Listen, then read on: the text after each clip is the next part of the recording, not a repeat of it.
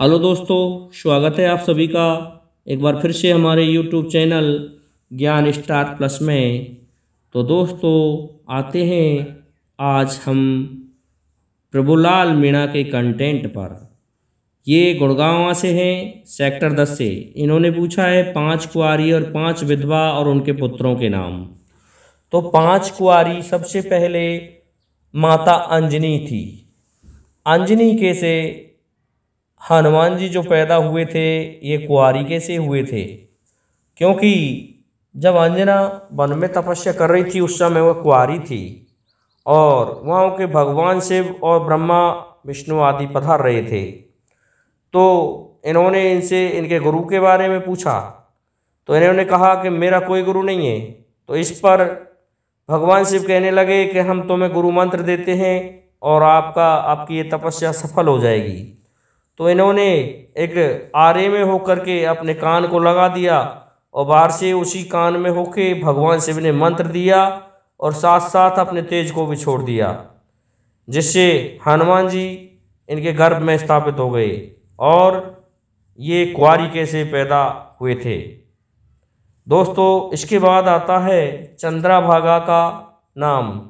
चंद्रभागा एक राजा की राजकुमारी थी और इनके पति थे उद्याल ऋषि। ये तपस्या कर रहे थे तो इनका एक बार वीर्यस्खलित होने लगा। उसे इन्होंने एक पत्ते में रखकर बहा दिया और उसका फूल बन गया। उस फूल को चंद्रभागा ने सूंघ लिया। सूंघने से वो गर्भवती रह गई। उसके पश्चात जब वो पैदा हो गया तो उस लड़के को इन्होंने बहा दिया और उस लड़के को उद्दाल ऋषि ने पकड़ लिया उस नदी में से और उसका पालन पोषण किया। उसके पश्चात जब ये चंद्रभागा एक दिन घूमने गई तो उस लड़के को उसके पास देखा तो ये उसकी तरफ देख रही थी कि इसके कुचों से दूध की धार निकल के उसके मुंह में गई और उसको पता लग गया कि ये मेरा ही पुत्र है। तो फिर राजा से कहकर के उसने कहा कि इस ऋषि के पास में ये मेरा पुत्र है। तो ऋषि के साथ इसका विवाह हुआ चंद्रभागा का। वह भी उस समय कुंवारी थी। दोस्तों तीसरी कुंवारी सत्यवती का नाम आता है। सत्यवती पता है महाराज पांडु की माता सत्यवती। तो दोस्तों सत्यवती राजमाता तो थी परंतु इससे पहले ये एक मछुआरे की लड़की थी। इसकी कहानी में बड़ा रहस्य है।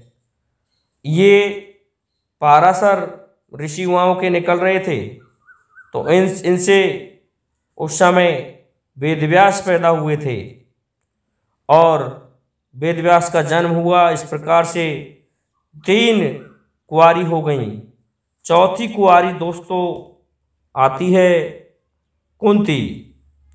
कुंती इस प्रकार से थी कि इनके पास दुर्वासा ऋषि ने 6 मंत्र दिए थे तो इन्होंने एक मंत्र को अपने कुंवारेपन में ही आजमा लिया था। तो भगवान सूर्यदेव प्रसन्न हुए और सूर्यदेव की कृपा से इन्हें कुंवारी के से कर्ण पैदा हुआ था। इस प्रकार से दोस्तों 4 कुंवारी हो गईं और 5वीं कुंवारी का नाम आता है दोस्तों घृताक्षी अप्सरा। घृताक्षी अप्सरा यमुना पर स्नान किया करती थी और वहीं पर ऋषि भारद्वाज भी आया करते थे। भारद्वाज ऋषि ने एक दिन इनके स्वरूप को देख लिया जिससे उनका वीर्य स्खलित हुआ और उन्होंने उस वीर्य को एक दोने में रख करके उस नदी में बहा दिया और फिर उस घृताक्षी ने उसे देख लिया। देखने के पश्चात वह उसे जल क्रीड़ा करती हुई उसमें से फूल पैदा हो गया और वह सूंघ गई, जिससे उनके द्रोणाचार्य पैदा हो गया। दोस्तों द्रोणाचार्य को उन्होंने एक द्रोणी में रख करके ही बहा दिया और उसे इन्होंने पकड़ लिया। ऋषि जी ने वापस इस प्रकार से उनका लालन पालन भरद्वाज ऋषि ने ही किया था और भरद्वाज से फिर ये द्रोणाचार्य कहलाए। तो दोस्तों इस प्रकार से 4-5 कुंवारी हो गईं। अब हम आपको बताएंगे विधवाओं के नाम और उनके पुत्रों के नाम कि उनके पति के मरने के पश्चात किस किस के संतान पैदा हुई थी और उनके क्या नाम थे।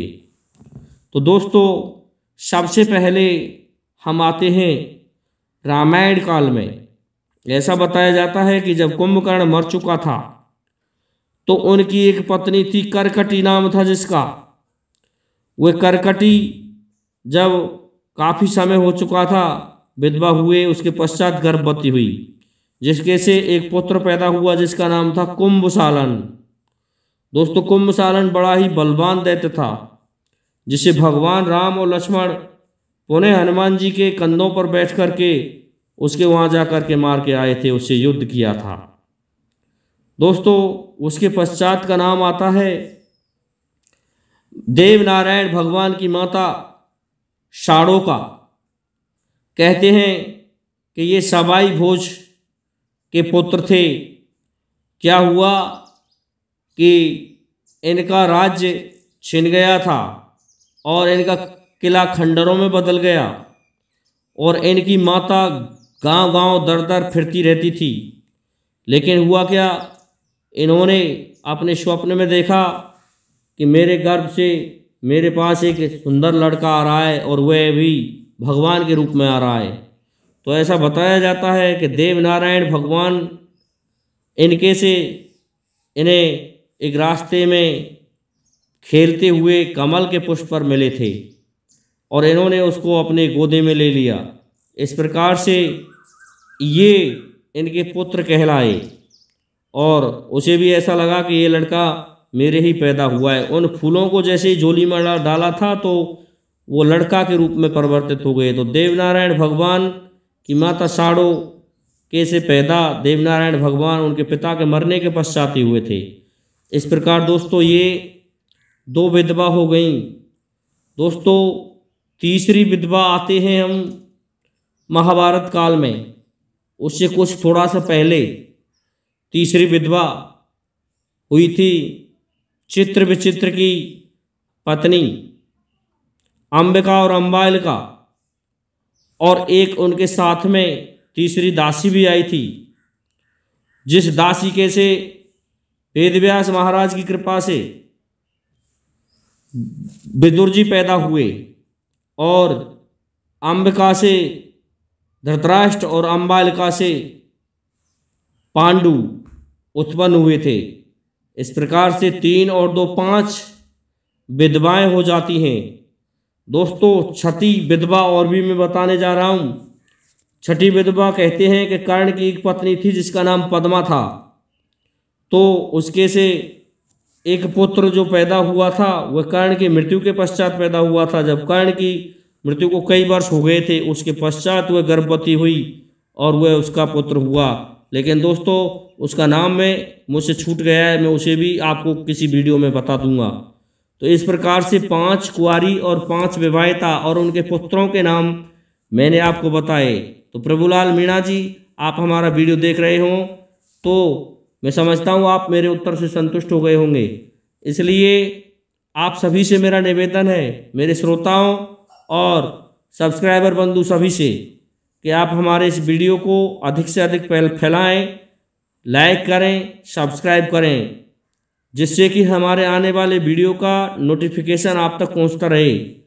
दोस्तों जय हिंद, जय भारत।